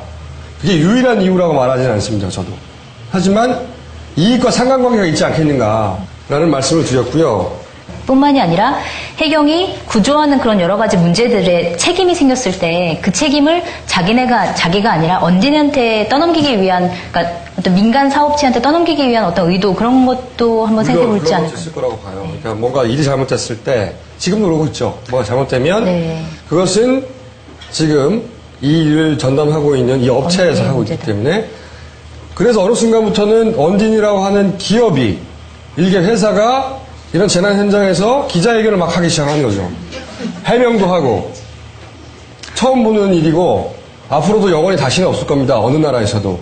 그리고 되게 어이가 없었던 게 어제 그 민간 잠수사 한 분이 숨진 사건이 있었죠. 그거에 대해서 해경이 자기네 책임이 아니다라고 얘기를 했어요. 왜냐하면 이건 언딘에서 고용한 사람이기 때문에 자기네 책임이 아니다. 그리고 또 언딘은 해경에서 고용하라고 했다. 우리랑 계약을 했지만 해경에서 고용하라고 지시를 했기 때문에 우리 책임이 아니다. 이렇게 서로 책임 공방을 벌이고 있는데 이런 것들을 봤을 때 참 자기들이 책임져야 할 일이 생기기 시작하니까 사이가 그 부분에서는 갈라진 건데. 자, 세 번째 파트인 정부 이야기를 해보겠습니다. 제가 지금 궁금한 점은 이겁니다. 왜 언디를 교체하지 않냐고. 해군, 군인이에요. 막강한 곳입니다, 사실은. 그런데 민간업체 언딘 우선 잠수를 위해 해경이 현장 접근을 통제해서 잠수를 할 수 없었다. 이게 국방부 얘기예요, 국방부. 근데 만약에 초대형 사고가 났어요. 서울 지하철이. 그래서 300명이 매몰됐어요. 그리고 거기 공기는 점점 희박해져 갑니다. 그런데 경찰이 자기 장비를 들고 막 달려온 자원봉사들한테 너는 곡괭이를 들고 왔으니까 안 돼. 너는 굴착기가 작아. 그러니까 그러면서 땅을 못 파게 해. 아예. 누구라도 빨리 파기 시작해야 되는데. 그리고 다른 업체도 막 달려왔어요. 굴착기를 가지고 있는 업체들이 많으니까. 굴착기 업체들 달려와가지고 이따 땅부터 파자고 막. 그런데 못하게 해. 대기하라고 그래. 그러더니 어느 순간 어떤 업체가 자기 굴착기 장비를 아직 다 정비도 안 끝난 거를 가져와가지고 그 업체만 굴착기 작업을 하는 거예요. 아무도 못하고. 그런데 이 업체는 자기들이 천천히 하면 할수록 장비 대여료도 늘어나고 인건비도 늘어나고 여러 가지 이익이 있으니까 천천히 해. 근데 그 의혹에 대해서 우리나라에 있는 모든 언론이 한 일주일간 폭격을 퍼부어요. 언디를 다루지 않는 업체, 기사는 없어요. 매체는. 모두가 다 퍼부었다고. 이 굴착기 업체가 무사했겠어요? 그리고 그 굴착기 업체를 위해서 다른 사람들 다 막아서서 300명이 살 수도 있던 기회를 날려버린 경찰이 무사하겠어요? 아니면은 그걸 관리 감독할 책임이 있는 서울시장이 무사하겠습니까? 한 100번쯤 죽었을 거예요, 다들. 그러니까 이 업체가 아직도 독점적으로 현장을 장악하고 있는 건 해수부의 외청 정도인, 예산도 적어요. 거기는 굉장히 힘도 없고 외청이 다 막을 수 있는 게 아니에요. 일개 업체가 다 어떻게 막습니까? 군대를. 그리고 이 정도 됐으면 이제 전후 사정은 알거든요, 다들. 어떻게 막아요? 누가 막고 있는가? 제가 궁금한 건 이겁니다. 누가 사실은 2, 3일 이내에 싹 교체하고 구조에 총력을 기울였어야 해야 될 상황에서 지금까지도 그 교체를 막고 여기까지 온 거예요. 꾸역꾸역. 누가 맡고 있는가? 그리고 두 번째 질문은 누가 언디를 결정했느냐 이겁니다. 제가 3대 의혹을 얘기했었는데 어제 시사인 KBS가 그 관련 보도들을 했어요. 시사인에서는 당신들이 언디를 결정했냐 그랬더니 이렇게 얘기했다고 합니다. 우리는 아는 업체가 없었는데 해경에서 언딘 김아무개 이사의 전화번호를 알려줬다는 거예요. 원래 해경의 설명은 청해진이 알아서 했다는 거거든요. 그게 아니라 청해진 얘기는 언딘의 전화번호를 해경이 알려줬다는 거예요. 그리고 KBS 9시 뉴스도 또 보도합니다. 청해진 관계자가 이야기하기를 청해진은 언딘 업체를 모르고 있었다, 사전에. 언딘 계약은 그러면 해경 쪽에서 추천해 준 거냐 하고 대묻자 전화번호를 거기서 받았다고 자기들은. 해경의 이때까지의 설명과 완전히 다르죠. 거짓말이었던 거죠. 그리고 청해진이 그래서 전화번호를 가지고 언딘에 전화한 시각이 오후 2시 반입니다. 첫날 배가 아직 완전히 가라앉지도 않았던 2시 반이에요, 오후. 그리고 그 다음날 계약서를 받았다고 합니다. 내용은 별로 없이 독점적인 조항만 있는, 우리가 독점한다는. 그리고 청해진 사인해 줬다는 거예요. 그러면 지난 시간에 얘기를 했었죠. 이 오후 2시 반에 이미 사실상 그 앞에 얘기가 됐다는 얘기 아닙니까? 누군가가 언딘으로 하지, 어딘가의 회의에서 야 이렇게 되면 아무래도 이 업체가 좋지 않겠어? 라고 이게 된 거죠. 지금 상황으로 보면 아마도 해경회의나 대책회의나 그런 자리에서 결정이 됐겠죠. 이게 무슨 일개 직원들이 할 일입니까? 아니잖아요. 그런 다음에 중앙정부 차원에서는 지금 해수부 회의에 첫날 저녁 8시 여기에 보면 맨 끝줄에 군안 업체 의견 부산 소재 이건 5기예요. 은진, 언딘사 이게 윗줄에 보면 군안 업체 계약이라고 돼 있어. 아예 은진사 8시 때 정부 단위에서 결정된 겁니다. 중요한 건 이 언딘이 2시 반 이전에 해경 단위에서는 얘기가 됐고 그리고 정부 단위에서는 중앙정부 단위에서 오후 8시에 사실상 결정된 걸로 회의록에 나온다는 겁니다. 계약. 첫날에 이미. 제가 궁금한 건 이거예요. 해수부 차관이 주재한 첫 번째 대책회의입니다, 이게. 차관이 주재한 첫 번째 반장들, 각 대책 반장들 데리고 첫 번째 회의인데 이때 이미 결정돼 있어요. 그래서 제가 궁금한 건 해경으로부터 누가 전화를 받았거나 이 회의에 차관이 받았던 누가 뭐 인양 관장이 받았을 거 아닙니까? 그리고 결정했을 거 아니에요. 그래 그렇게 결정됐으면 그렇게 가지. 그죠? 그 결정을 최종적으로 중앙에서 했을 거 아니에요. 누가 결정했냐는 거죠. 누가 언딘이 교체되는 걸 막고 있으며, 그리고 최초에 결정한 사람이 누구냐, 왜 그 사람이 누군지 아무도 묻지 않느냐 이거죠. 저는 그게 정부의 책임인 겁니다. 말단 공무원들끼리 혹은 뭐 그 중간 공무원들끼리 유착을 했냐 어쩌냐 이것도 하나의 비리로 따질 수는 있는데, 이 결정을 중앙정부가 누가 해줬냐 이거죠. 승인을. 여기서 오늘 정리를 일단 할게요. 해경이 숨기려고 했던 게 뭘까 생각해보면, 물론 여기는 추정이에요. 제가 해경의 자료를 입수할 수가 없기 때문에. 제 추론은 초동 대처 실패. 최소한 제 계산으로 1시간 이상의 초동 대처 실패. 두 번째로는 특정 업체 선정 과정에서의 어떤 유착. 그리고 선원과 선사도 숨기고 싶은 게 있었을 거예요. 자기들이 과정을 했다든가. 기타 선원과 선사에 대해서 엄청난 양의 보도가 있었기 때문에 그들이 뭘 잘못했는지는 대부분 드러났잖아요. 그러니까 선원과 선사도 보험 문제도 있는 데다가 또 법적인 문제도 있어서 그들도 초반에 대응에 숨기고 싶었던 게 있었을 거예요. 그죠? 그리고 업체, 여기에 독점 계약한 업체는 자신들이 하는 결정들이 이익 최우선에 의해서 결정된 거라는 사실을 숨기고 싶었겠죠. 만약에 그랬다면. 그리고 정부는 이게 결국 정부 책임이다. 이런 방식의 구조를 승인해 준 것은 이걸 숨기고 싶었겠죠. 그래서 저는 초기에 해경은 자신들의 과실을 숨기려고 선원, 여기서는 선장, 혹은 1등 항해사와 초기에는 같은 편이 됐을 것이다. 교신록을 유일하게 아는 것도 서로 쌍방밖에 없으니까. 그리고 구조 과정에서는 언딘과 같은 편이 됐겠죠. 자기들이 추천해서 들어간 업체고 점점 드러나고 있는데 자기들이 먼저 이 업체랑 하라고 했으니까, 그렇게 밀어둔 업체고 민간보다 우수하다고 했으니 잘해야 될 거 아니에요. 그래서 구조 과정에서는 언딘과 한 편이 됐을 것이고, 언딘은 이익의 편이었겠죠.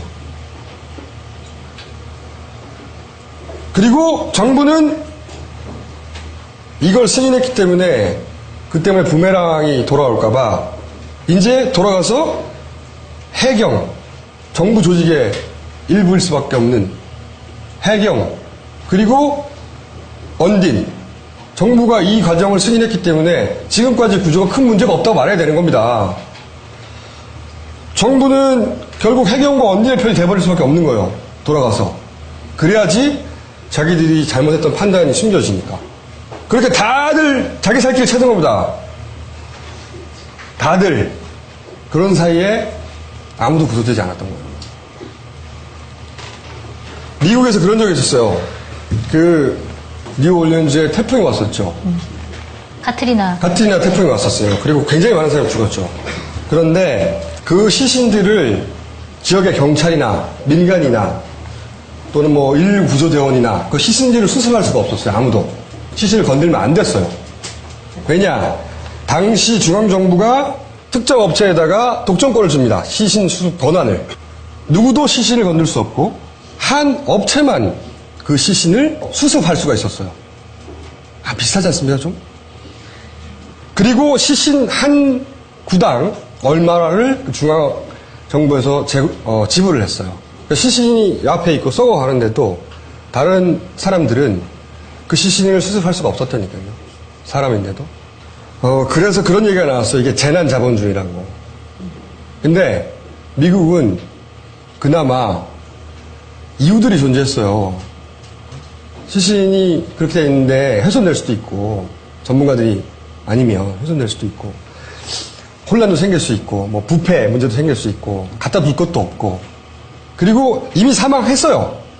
우리는 살아있을 수 있는 사람들을 대상으로 이 짓을 한 겁니다. 특정 근데 업체. 미국 같은 경우에도 그 보도로 밝혀진 게 뭐냐면 카트리나 사태 때 이런 여러 가지 재해 상황이 발생했을 때 거기는 빈민 지역이기 때문에 제대로 방호 작업을 하지 않으면 많은 사람들이 죽을 것이라는 걸 이미 미국 정부에서 알고 있었고, 네. 그럼에도 불구하고 그 방제 작업을 하는 비용과 시신을 처리하는 비용을 대비해 봤을 때 시신 처리 비용이 훨씬 더 싸기 때문에 방호 작업을 하지 않았다, 방제 작업을 하지 않았다라는 게 이제 언론 보도로 밝혀졌죠. 그러니까 사실은 생명보다는 이익이 더 중요했었다라는 그런 무서운 자본주의의 내용이 거기 들어가 있었는데. 그래서 이걸 재난자본주의라고. 네. 근데 이제 뭐 우리나라 이번 사건이 그렇게까지 비화되기는 쉽지 않겠지만 어쨌든 자본주의라는 게 여기에도 어느 정도 얽혀 있고 그런 것들이 굉장히 얼마나 사람의 생명을 좀 우습게 알게 되는지 그런 것 좀 생각해 볼 수 있을 만한 지점이 되는 것 같습니다. 최소한 거긴 밝혀졌잖아요. 이게 밝혀질 것 같으세요? 이 인격의 문제거든요. 국가의 인격의 문제예요. 이런 철학하에서는 우리가 다 실종자 상태에 있다고 보는 겁니다. 잠재적인. 구하러 오는 사람이 없는 거예요. 여러분들도 그 화면을 보면서 슬픈 이유 중에 그리고 누구라도 꼭 구출됐으면 좋겠다고 하는 이유 중에 하나는 우리가 그 안에 있다는 상상을 하는 겁니다. 내 가족이나 내가. 근데 지금 이 과정을 통해 지켜봤듯이 구조하러 오는 사람이 없는 거예요. 각자 자기 살려고. 이런 철학을 가진 정권하에서는 우리 다 실종자 상태인 겁니다. 그래서 저는 이 사건의 실체를 밝히기 위해서 만약에 유가족들이 진상조사회를 꾸민다거나 하면 적극적으로 도와야 된다고 생각을 하고 저희도 300명은 사실 더 큰 사건도 있긴 해요. 더 많은 사람이 사망하는.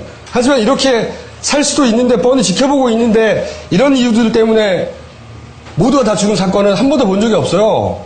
그러니까 이 정도에서 추모하고 이 정도에서 잊자 이건 아니라고 봅니다. 이 사건을 지금 무섭거든요. 좀 숨기고 있는 힘이 너무 거대하다고 생각하니까 좀 무섭기도 해요. 화는 나지만 그런데 지속적으로 이 사건을 실체를 밝히려고 다 같이 힘을 모아 노력하지 않으면 앞으로도 우리를 구하러 올 사람 없다 이거지.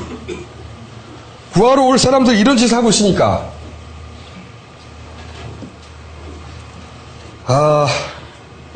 오늘은 여기까지 하겠습니다. 감사합니다.